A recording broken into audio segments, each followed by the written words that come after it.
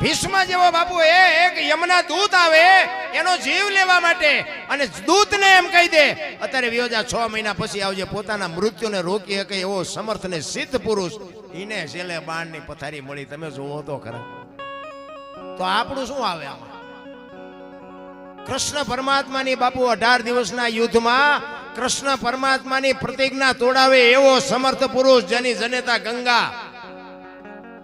વિચાર કરજો, છેલ્લે જ્યારે યુદ્ધ થયું અને પછી કૃષ્ણ પરમાત્માએ અર્જુનને કીધું ને કે માર બાણ, શિખંડીને આમ જોયો એટલે ભીષ્મએ મૂકી દીધા બાણ હથિયાર.